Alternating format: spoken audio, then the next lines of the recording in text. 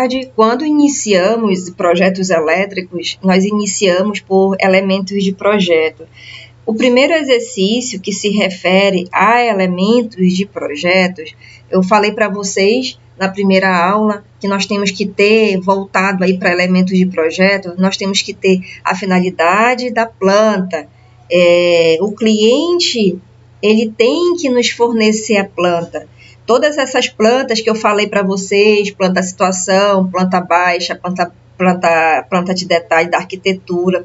O primeiro passo para desenvolver um projeto elétrico é você se basear na planta, e principalmente ali na parte elétrica voltada para a planta baixa, que é onde estão localizadas todas as máquinas. A gente precisa entender que quando nós formos ali para uma empresa, temos que sair no mínimo com a planta. A primeira coisa que você pergunta é se o cliente ele está com a planta baixa ali para ele poder te passar, para que você desenvolva, comece a desenvolver este projeto elétrico. O segundo fator é você ter que entender um pouco das normas recomendadas que a ABNT ela rege. Nós sabemos que cada estado, principalmente aqui, o Ceará, ele trabalha com uma norma técnica ali do próprio estado. Aqui o Amazonas, com a concessionária Amazonas Energia, eles têm as normas específicas lá, mas eles seguem um padrão americano. Outra sequência é como você vai começar a elaborar um projeto. Tem condições lá da concessionária que te fornece, ela vai te fornecer. Isso aqui já é a primeira base de um projeto elétrico para você fazer a tua primeira atividade. Então, você precisa desses dados para elaboração de projeto. Quem vai te fornecer essas condições de fornecimento de energia elétrica? A concessionária ela tem que te fornecer algumas informações, como a variação da tensão, a tensão de fornecimento, o tipo de sistema que eu expliquei, se é radial simples ou radial com recurso, as falhas que esse sistema aí apresenta. Então, tudo isso que a gente fornece à concessionária, a capacidade, ali, a impedância do ponto. Então, eles vão te fornecer, a concessionária te fornece estes problemas aqui, né? Na verdade, essas situações aí para que a gente consiga desenvolver um projeto elétrico. A nossa parte é lembrar das características das cargas dentro da empresa, que são as máquinas ali, os motores. O que você vai avaliar? Quando a concessionária te fornece todas essas informações aqui, garantia de suprimento da carga, tensão de fornecimento, o tipo de suprimento, ser radial simples ou com recurso, aí nós vamos fazer o levantamento dessas características das cargas dentro da empresa, que são o quê? Os motores. Eu não tenho que fazer um projeto elétrico para alimentar máquinas? Com toda certeza. E esses motores, eu tenho que fazer o levantamento da potência, tensão, corrente, frequência, número de polos, número de fases, essas ligações, tudo isso aqui eu tenho que fornecer. Eu tenho que começar a fazer esse levantamento. E aí, se tiver forno, eu vou fazer. Se tiver outras cargas é quando, vamos supor, você tem uma CNC ali, uma injetora. E aí você sabe que essa máquina ela tem ali uma execução de trabalho muito elevada, e o ideal é você deixar ali um próprio transformador para esta máquina, tá? É o ideal para que a gente consiga fazer um bom projeto. E um outro fator é você lembrar que tem essa concepção de projeto aí. Depois que você recebe da concessionária essas informações, que você fez o levantamento dos motores, que é a potência, tensão, corrente, frequência. Geralmente, isso aqui está tudo na etiqueta, tá? Na etiqueta lá do fabricante dos motores. Ele te diz a potência, a tensão, enfim, algumas especificações voltadas para esta aqui, tá? E muitas vezes tem lá na etiqueta, a gente consegue fazer todo um levantamento, mas a gente precisa de um levantamento. Se tiver ali 12 máquinas, 12 motores, então eu vou fazer um levantamento como um todo para saber se o meu cliente não tiver a subestação, para que eu consiga ali fazer um projeto futuramente de subestação para ele. Então, a gente tem que analisar dessa forma, tá?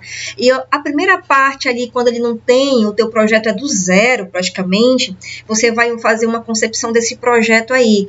A concepção do projeto, já que você tem, se você tiver ali 12 máquinas, enfim, 16, 20, 30 máquinas, você vai fazer, você tem que pensar que você vai ter que começar a dividir essas cargas em blocos, porque você não pode trabalhar com essa fábrica somente num bloco, você não pode fazer isso. Você tem que começar a dividir em blocos. Com a finalidade de quê? De você, quando ele não tem ali a subestação dele, os quadros aí, os quadros de distribuição, quando não tem quadro de distribuição, é você que vai fazer. O centro de carga, ele serve para te ajudar ali, localizar, para saber onde vai ficar a tua subestação, quando ele não tem, quando o cliente não tem a subestação dele. Mas quando você está ali, com várias máquinas ali e você precisa calcular um centro de carga, vai lá e calcule, que é essa primeira atividade, para saber onde é que vai ficar o quadro de distribuição para que você consiga ramificar e ligar as 12, 20 ou 30 máquinas que estão ali. Tá? Então, o ideal é isso. Circuito individual para tomada, circuito individual para iluminação, circuito, na verdade, tudo, circuito, quadro de distribuição individual, ali tudo individualizado.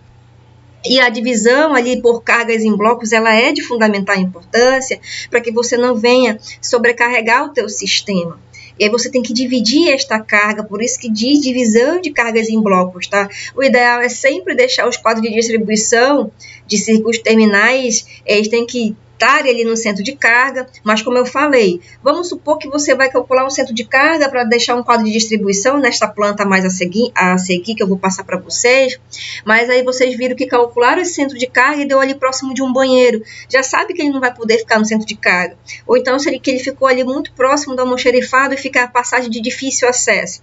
Então essa primeira atividade é justamente para vocês calcularem centro de carga, que é para saber onde vai ficar a tua subestação, para saber onde você vai deixar ali o teu quadro de distribuição. E a primeira atividade é esta aqui, tá? É uma carga em bloco da qual ela está dividida, onde você tem potência 1, potência 2, potência 3, potência 4 e potência 5. Nada mais do que eu dividir essa planta que o cliente me passou em potência, em blocos de potência, porque eu falei para vocês que eu não posso deixar só um quadro para todas as máquinas, eu não posso fazer isso para não sobrecarregar o meu sistema, e aí eu tenho que dividir. Então aqui eu tenho 5 blocos, P1, aí eu posso chamar de P1, P2, P3, P4 e P5, tá? Eu vou estar aí ajudando vocês, como é que vocês... Mas o primeiro passo de desenvolvimento de projetos elétricos é este aqui. Sempre deixe quadro de comando de motores, um circuito para cada máquina. Um circuito ali para cada alimentação. E o quadro de luz da mesma forma. Eles têm que ser todos individuais. E o que eu vou fazer? Eu já tenho isto aqui, P1, P2, P3, P4 e P5. Assistam o vídeo, anotem esses valores, tá? Para vocês fazerem o primeiro exercício. Quando eu descer mais um pouquinho aqui, vem a parte da localização do quadro geral de distribuição. Geralmente, o quadro geral de força, a nossa primeira base é entender assim. Eu tenho a rede concessionária, o meu porte da rua, que é a alimentação ali da rede concessionária. Nós ainda não estudamos subestação, vamos estudar, temos 3 dias para subestação. Então, o que vai acontecer? De lá da minha rua, do meu porte, vem a entrada para a cabine primária. Da cabine primária, ela vai ela vai distribuir para uma outra, e vai chegar na subestação. Da subestação que vem todos os cabos passando para dentro da minha fábrica. E é eles que vão alimentar. Mas, geralmente, depois da subestação, eu tenho que ter um quadro geral de força, que é ele que vai receber ali tudo, né? E o quadro geral de força, já diz o nome, é ele que vai comportar todas as forças e ele vai receber a tensão ali do transformador, já que eu estou falando de subestação, e o ideal sempre o quadro geral de força ficar dentro da subestação. E aí esse quadro geral de força que vai ramificar para alimentar o teu circuito de comando de motores, para o teu quadro de luz, enfim, todas as cargas que você precisar alimentar, tá bom? Então, como é que você vai fazer um cálculo de centro de carga? Para localizar a localização ali da subestação, para, enfim, quando tu quer deixar ali dentro dessa tua planta aqui, ó, um centro de carga para dizer assim, opa, onde vai ficar o meu quadro de distribuição aqui. Você tem que saber que ele vai ter que ficar em algum lugar, porque já está dizendo o nome, projeto elétrico. Você vai ter que desenvolver um projeto onde vai ter que ficar o quadro de distribuição dele, onde você vai deixar ali o quadro de luz, o circuito, enfim, tudo separado ali, o centro de comando de controle de motores, o quadro de luz, enfim, teus pontos de tomada, e são essas as análises, tá? Aí a subestação, da mesma forma, quando o cliente ele não tem, você vai calcular com o centro de carga. Você vai ter que calcular um centro de carga. Como é que eu vou calcular? Eu disse para vocês, decore esses valores, anotem. P1, 225. P2, só um instantinho que eu vou pegar uma caneta aqui, tá? Aí, para eu estar ajudando aí vocês. Vamos lá. Eu coloquei aí para vocês P1, 225. Eu vou começar a anotar aqui, tá? Só um instantinho. P1, 225 kVA. P2, 750. Não, P2 é 500 kVA. P3, 750 kVA. P4, 300 kVA, porque eu separei as cargas em blocos. E P5 é igual a 1000 kVA. Já anotei aí, tá? Todos esses valores. O que é que eu vou fazer? Eu quero saber o centro de carga, que é para saber onde é que vai ficar essa subestação. Ou, enfim, quando já tem uma subestação, eu posso também aplicar em um, para saber onde vai ficar meu quadro de distribuição. Então, primeiramente, a gente vai aí para calcular a nossa subestação. Eu já tenho todos esses valores, eu anotei aqui todos esses valores. E aí vamos lá, mais uma explicação básica. Ainda não estudamos subestação, mas foi isso que eu expliquei. Eu tenho porte, aqui eu tenho a rua, eu tenho a rede concessionária, eu tenho um porte de entrada da minha rede concessionária. Geralmente, quando ela vai adentrar aqui na minha empresa, ela vai para a cabine primária. Tudo que eu tenho aqui na entrada do porte da minha rua, eu quero que vocês entendam. Tudo que eu tenho da entrada do meu porte até aqui as minhas cabines, até ali a minha subestação são principalmente por isso que eu chamo de primário, são circuitos primários. Tudo que eu vou alimentar, para alimentar, quando até o meu quadro geral de força, são circuitos primários. Quando ele sai de um quadro geral de força, que está aqui dentro de uma subestação, e eles vão alimentar esses blocos, eles são circuitos secundários. Condutores são secundários. A gente tem que avaliar isso a nível de projeto, porque a gente tem que saber o que é primário, que é a entrada do porte até aqui, meu quadro geral de força, e quando ele sai do quadro geral de força, até para alimentar os blocos que eu vou colocar ali, sei lá, se eu vou colocar um quadro de distribuição, enfim, serão circuitos secundários. Outro fator importante para vocês entenderem isso, tá? Então, essa localização aqui do quadro de distribuição geral, que a gente fala aí do quadro geral de força, se a minha subestação está aqui dentro, meu quadro geral de força vai ter que ficar aqui dentro. É o mais aconselhável, tá? Porque o cabo, todos esses condutores, eles são muito caros. Vocês sabem que o material é de cobre e vocês têm que reduzir em custo. Não é só fazer projeto, é reduzir, é fazer e reduzir custo. Seja com energia elétrica, seja no dimensionamento dos cabos, seja em todo esse desenvolvimento, tá? Então, outra particularidade aí, onde vai ficar a subestação, é quando eu calculo o centro de carga. Esse centro de carga está aqui, ó. Então, eu disse aí para vocês. Vamos lá. Vou explicar aí para vocês entenderem. Aqui, primeiramente, o que eu fiz? Eu só tirei esta planta aqui e plotei num gráfico em X e Y. X aqui na minha horizontal e Y na vertical. Só que eu disse para vocês que nessa planta aí, a distância daqui da minha rede concessionária, da entrada do meu porte, para cá, para o meu bloco P1 que eu dividi, ela vale 60 metros. A minha distância da entrada concessionária para P2, ela está valendo 150 metros. A minha distância da entrada concessionária para P3 está valendo 200 metros. A minha distância da entrada concessionária aqui para o P4 está valendo quanto? Está aqui, ó, P4, 320 metros. E a minha distância da rede concessionária para o meu bloco P5, 320 metros, porque se vocês olharem aqui, está na mesma distância, tá? Então, tem 320 metros em X. Agora eu vou falar em Y. A minha distância da rede concessionária, o meu bloco P5, estou trabalhando agora em Y, estou dizendo que tem 40 metros. A minha distância da concessionária para o bloco P2 tem 60 metros em Y. A minha distância da minha rede concessionária para o meu bloco P4, está aqui, ó, P4 tem 110 metros. E a minha distância para o bloco da concessionária aqui, para a minha rede da concessionária até a P1 e P3 tem 150. Vamos lá voltar para a planta, se P1 e P3 está na mesma direção? Está na mesma direção, ó. Aqui, ó, P1 e P3 está na mesma. Então, eu tenho 150 metros. Então, eu estou calculando em X e em Y, distância em metros. Eu falei para vocês que tudo, a maioria das coisas baseadas em projetos elétricos, a gente se dimensiona pela área do galpão, pela área de um projeto de iluminação, é pelo galpão que você quer fazer a iluminação, que o cliente precisa. Se você está fazendo um cálculo de centro de carga para saber onde vai ficar a subestação, você vai dimensionar pela área também, é a mesma coisa. Tá? Então, como é que fica para eu encontrar esse centro de carga? Está aqui a fórmula, ó. Podem anotar a fórmula, mas aí eu vou fazer para vocês primeiramente. Todos esses assuntos, eles já estão lá no grupo, tá? Esse primeiro exercício são elementos de projeto. Então, vocês podem aí ter um tempinho, se tiverem alguma dúvida, podem voltar o vídeo para assistir, mas em X, eu fiz em X para vocês. X é igual a X1 vezes P1, X2 vezes P2, mais X3 vezes P3, mais X4. Então, a gente vai ali somar e multiplicar. Mais X4 vezes P4, mais X5 vezes P5. Tá? E vocês vão dividir por P1 mais P2 mais P3 mais P4 mais P5. Quem é P1, P2, P3, P4, P5?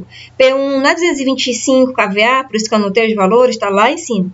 P1, 225, mais P2 vai valer 500, mais P3, 750, mais P4, 300, mais P5, 1000 kVA. E vocês vão somar tudinho. Se eu fizer tudo isso aí, quem é X1? Está aqui X1, ó, é 60 metros.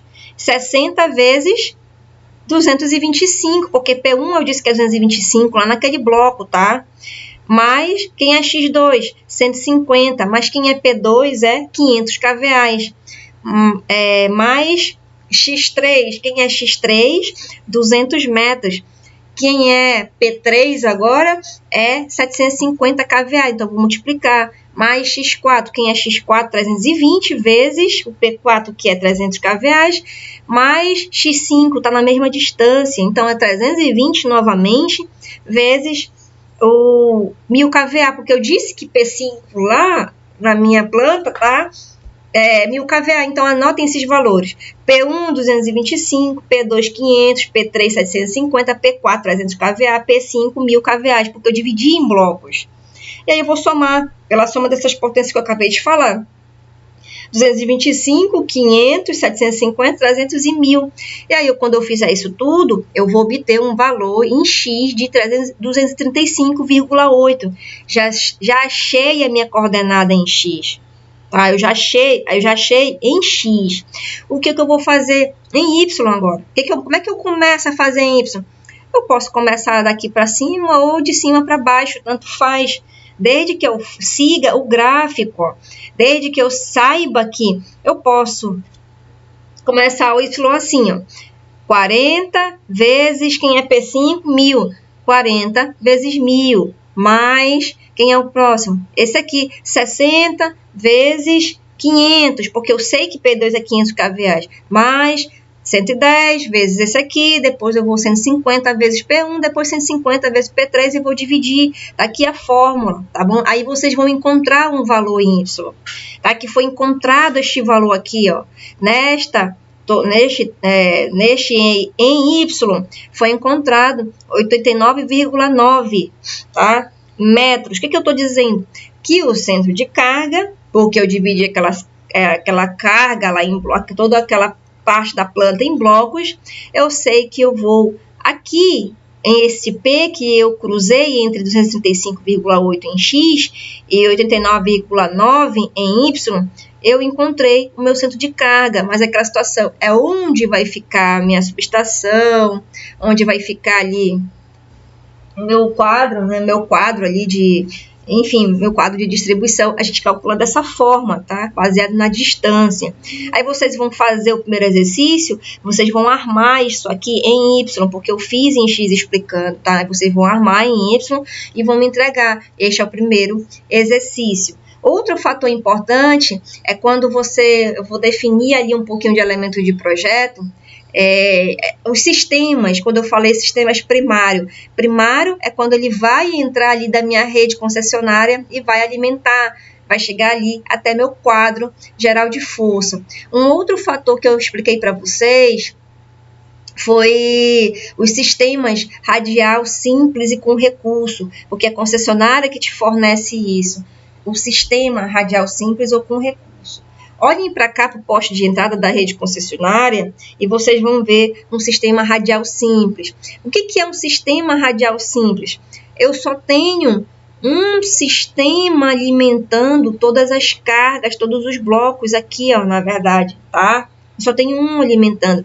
Significa dizer que se acontecer algum problema aqui, ó, a empresa toda vai apagar. Tá? Então, isso é que é radial simples. Ele é mais barato, porém, ele é menos...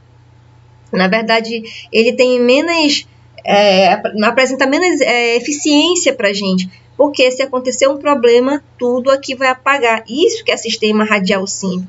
O sistema radial com recurso, eles têm aqui as alimentações individuais, por isso que é com recurso. É um projeto ali da rede concessionária que ela te distribui mais caro, porém ele é mais preciso, ele é mais confiável, apesar dele ser mais caro. Porque se acontecer um problema aqui, ó, vai apagar, aqui nesse bloco 1, vai apagar somente o bloco 1. Todo o restante vai continuar funcionando ali. E isso que é sistema primário radial com recurso. A gente precisa entender essas diferenças. O que eu estou explicando para vocês só é o exercício 1 e fiquem aguardando aí que eu vou explicar passo a passo de cada exercício. Este foi o primeiro que eu passei, tá? O ideal que eu falei para vocês, rede concessionária. Vem do meu porte ali, da minha rua, minha rede concessionária ela vai distribuir, vem aqui para a cabine primária, depois distribui para o outro, vai ali para, enfim, ele faz toda essa etapa que nós vamos estudar ainda, tá? Daqui que ele vai aqui para a subestação, e eu falei para vocês que o quadro geral de força tem que ficar aqui dentro dessa subestação, o ideal, tá? Para que eu evite comprar muito condutor ali, muitos cabos, para fazer toda essa ligação, porque é muito caro, né? Aí dependendo, já que eu estou falando de força, o cabo, quanto mais você aumenta ali o diâmetro dele, né? Aí você sabe que um valor ele é muito maior. Então, por isso que também o ideal é deixar o quadro geral de força aqui dentro dessa subestação. E quando vocês forem projetar, projete cargas em blocos, como eu expliquei para vocês. E se a tua necessidade da tua empresa, do teu cliente, é esta alimentação aqui, uma simples que eu coloquei, a administração está aqui, mas eu tenho que fazer um projeto para essas máquinas, tá? Que já é uma outra planta, tá bom? Então, eu tenho 6 máquinas, 6 motores, aqui eu tenho 3 máquinas, 3 motores. Então, eu estou trabalhando para desenvolver 2 quadros de distribuição que são de circuito de comando de motores. Aqui é um caso 1 e o circuito de comando de motores, o 2, tá? E aí eu falei para vocês, o quadro de distribuição está aqui, nesse caso. E aí eu tenho que fazer essa alimentação aqui, ó, máquina 1 individual, máquina 2 individual, vou aqui, mais uma individualizada aqui, ó, máquina 4, máquina 5, e aí eu posso estar somando aqui, juntando esses dois e deixar num só ali para juntar M3 e M6, que é a máquina 3, máquina 6, e assim eu faço este quadro aí de comando de motores. A mesma situação aqui, mas nesse caso eu estou fazendo individual ali para cada um, tá? São só três máquinas. E é esse o objetivo, vocês entenderem que uma planta base sempre lembrarem que o quadro geral de força, o ideal é ficar dentro da subestação e você sai aqui com o teu circuito secundário, porque eu disse que quando já sai do quadro geral de força, que irão alimentar os circuitos de comando de motores, eles se tornam circuitos secundários, tá? circuitos secundários. É eles que vão distribuir, e vocês têm que tomarem muito cuidado com isso, porque esse cabo daqui que vem para cá, ele ainda chega a ser primário. Tudo que está aqui em volta é primário, porque provém da rede concessionária. Outra informação é porque vocês têm que ir lá, que eu volto a falar para vocês, né, se a finalidade de vocês for fazer só isso daqui, se já tiver a administração ali, um circuito de luz independente, a gente procede aqui dessa forma, tá? Como vai ficar ali o teu quadro, teu circuito de comando de motores. Uma outra parte importante para vocês são as caneletas, as eletrocalhas que eu passei, os tipos de eletrocalhas. É importante vocês entenderem, né, todos esses componentes, os eletrodutos. Quando você trabalha com eletrocalha, eu falei para vocês, os eletrodutos, esses são os tipos de eletrocalhas, vocês têm que avaliar para eletrocalhas. O que a gente tem que entender com eletrocalha? Não é qualquer tipo de eletrocalha que eu vou colocar. O ambiente externo é uma coisa, um tipo de eletrocalha. Porque eu tenho meio ambientes provenientes que possam prejudicar o nosso projeto elétrico. Aí vocês têm que ter essa avaliação mais precisa. Então, eu tenho eletrocalhas para ambiente interno e externo, porque fora eu estou sujeita a ambiente externo e eu estou sujeita a graus de proteção, que eu falei para vocês.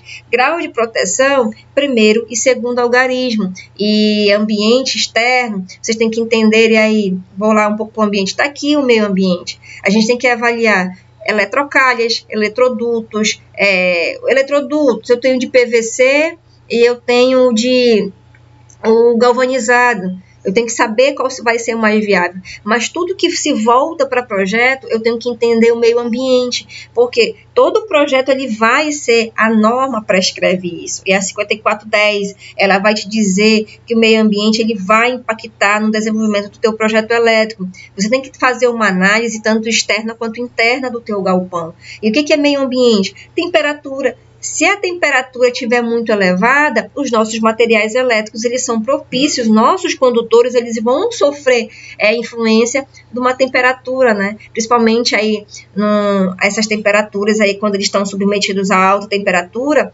podem vir a prejudicar o nosso material elétrico. Por isso que o meio ambiente ele é muito importante para que você consiga desenvolver um bom projeto. Temperatura é um dos fatores, tá? Ele pode causar aí uma degradação, enfim. A gente tem que avaliar. Por isso que quando eu tenho um projeto, muitas vezes eu tenho duto ventilado, para que eu consiga proteger esses condutores que vão passar aqui dentro, porque eles não podem ter uma temperatura elevada. Aí você já sabe que o meio ambiente ele vai impactar muito nisso daí. Vocês estão vendo essa estrutura? Quadro geral de força. Eu estou passando conduto não ventilado, né? Na verdade aqui, mas aí quando ele sobe, quando eu tenho um quadro de distribuição que ele vai subir, quando ele sai, sobe aqui, eu tenho as conexões, mas muitas vezes eu vou precisar desse duto ventilado para que não venha danificar o meu condutor. Meus condutores aqui, meus cabos que irão passar aqui, que irão ligar meus quadros de distribuição. É simples a gente avaliar, e aí a gente entende que esses meio ambiente, a gente vai trabalhar sempre numa classe, tá? Vem de A até a A6, são 2 letras iniciais seguidas por números. E aí, se tu trabalhar, poxa, hoje eu estou fazendo um projeto elétrico, mas é para um frigorífico. E aí, o meu cliente está dizendo que ele tem uma temperatura até 5 graus. Eu já vou avaliar este projeto elétrico nesta temperatura, nesta classe aqui, tá? Para saber que tipo de temperatura ali ele pode sofrer. O que vai acontecer com os cabos trabalhando nesse tipo de temperatura? Eu tenho que fazer análise para cada um. Da mesma forma, altitude, a própria norma NBS 5410, ela vai definir isso daí para a gente e ela te diz, quando você sabe que a rarefação do ar em altitude está aqui, ó, superiores a 1.000 metros, elas vão comprometer o desempenho dos componentes elétricos, principalmente os motores e transformadores. Então, eu tenho que avaliar, primeiramente, classe AC, na escala de AC1 e AC2. Baixa é quando está trabalhando até 2.000 metros, alto, acima de 2.000 metros, a gente tem que fazer essas análises, né? Devido à rarefação deste ar. E a gente vai analisar ali um quadro de distribuição, todos esses quadros, eles passam por tratamento, minucioso tratamento térmico, tá? Porque eles não podem sofrer esses quadros de distribuição. E eles são mais do que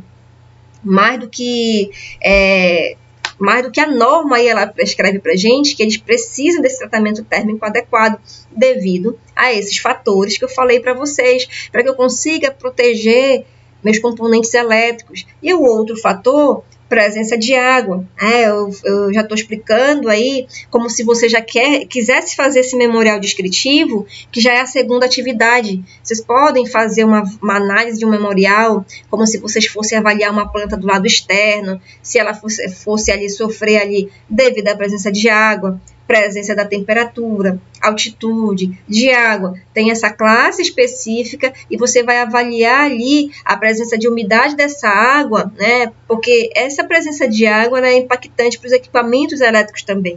E a gente se classifica. Então, todo projeto elétrico não é só cálculo, é análise de meio ambiente e a presença de corpos sólidos, se existe poeira ou não, a dimensão dessa poeira, tá? Dessa presença de corpos sólidos que estão aí nesse projeto. A presença de substâncias corrosivas ou poluentes, a gente também tem a classe especificativa aí, as vibrações, as classes, porque vibrações são prejudiciais para o funcionamento dos equipamentos, todos os equipamentos eles têm problemas com as vibrações, eles podem ter problemas, tá? Uma vez que a gente trabalha na nossa frequência, a gente tem que avaliar para que a gente não esteja sujeitos a sofrer com essas vibrações. As radiações solares da mesma forma, os raios, vocês têm que analisar e nesse projeto elétrico, raio, principalmente para que não venha ocasionar dano nos nossos equipamentos elétricos, quando a gente fala aí, principalmente da incidência direta sobre eles, e a gente tem a classe dos raios também, AQ1, se ela é desprezível, se não tem probabilidade de danificar, enfim, para que a gente possa fazer essa análise. É importante fazer análise para projeto elétrico, porque vocês precisam delas. Primeiramente, quando você avalia projeto, você avalia como um todo. Raio, radiações, vibrações, chuva, temperatura, meio ambiente, lá os fatores de tudo tem que ser avaliado. E aqui a resistência elétrica do teu corpo humano. Se você está ali, tu pode estar sujeito a sofrer algum tipo de choque, né, com a tua resistência do teu corpo humano. Se você tiver com a pele úmida, pior ainda. Se você estiver com suor, aí você está ali nas condições ali inapropriada, e por isso que até a resistência elétrica do corpo humano, a nível de projeto, a gente calcula aí em meio ambiente, contato com as pessoas do potencial da Terra, a gente tem, e os graus de proteção. Quando você desenvolve um projeto elétrico, você analisa grau de proteção, primeiro algarismo e segundo algarismo. O primeiro, ele vai te dizer em relação à presença de corpos sólidos, como poeira. Você vai avaliar uma planta externa e vai dizer, ou até mesmo internamente, vai dizer a que nível de grau de proteção ela está sofrendo ali com poeiras, dependendo do tamanho, da dimensão daquele corpo, tá? 50 milímetros, 12 milímetros, 2,5, 1 milímetro. Então, a gente vai analisando, tá? E a outra, que é o segundo algarismo, já é a presença de água naquela instalação elétrica industrial, que ele vai te dizer a quantidade de presença de água ali, se tem pingos de água na vertical, inclinado, água com chuva de inclinação com 60, respingo, então isso aqui tudo é analisado, tá? E aí quando você desenvolver, ainda tem a outra parte de risco de incêndio, isso aí também você vai analisar. O que é ideal para você? A norma NBR 9883, ela diz que as instalações elétricas, elas têm que devem ser projetadas e executadas aqui de forma a prevenir os riscos de incêndios e explosões, porque essa norma, ela vai te especificar isto, tá? Como é que você tem que colocar ali uma porta, porque projeto elétrico é tudo, é até porta, onde vai ficar, que direção, tem que ter um tipo de sistema elétrico à prova de explosão, a gente tem que fazer, de acordo com a norma NBR 5410, essas análises, tá? E os cálculos elétricos. Cálculos elétricos, eu expliquei para vocês aí, centro de carga, tá bom? Mas, primeiramente, esse foi só o primeiro exercício. Se quiserem fazer o segundo, os meio ambiente eu expliquei aí que foi o memorial descritivo, já serve para fazer o segundo. Imagina que eu deixei esse memorial descritivo aí, que eu deixei um no Word, e aí esse meio ambiente que eu expliquei já serve para fazer o segundo. Imagina que o teu cliente, ele foi lá, e você foi lá com o teu cliente, e ele te pediu para fazer uma análise de risco ali. E aí você vai entregar em forma de memorial, você vai dizer, ó, a empresa tal, colocar teu nome e vai dizer, eu avaliei a empresa, sei lá, qualquer tipo de empresa fictícia, verifiquei que os graus de proteção, eles correm assim, que ele está sujeito a comprometer os equipamentos elétricos, então a gente tem que fazer essas análises. Se tiver a dificuldade de fazer de meio ambiente, vocês podem fazer ali, no próprio mesmo do cálculo de carga, um memorial descritivo do cálculo de carga. Imagina ali, pode deixar um desenho simples lá no teu memorial, colocar um bloco lá, os blocos, parecido com esse. Aí você vai desenvolver memorial descritivo para a instalação de um quadro de distribuição dos motores. Calculei aí ficou. Então vocês podem aí se basear já para fazer um memorial descritivo, tá bom?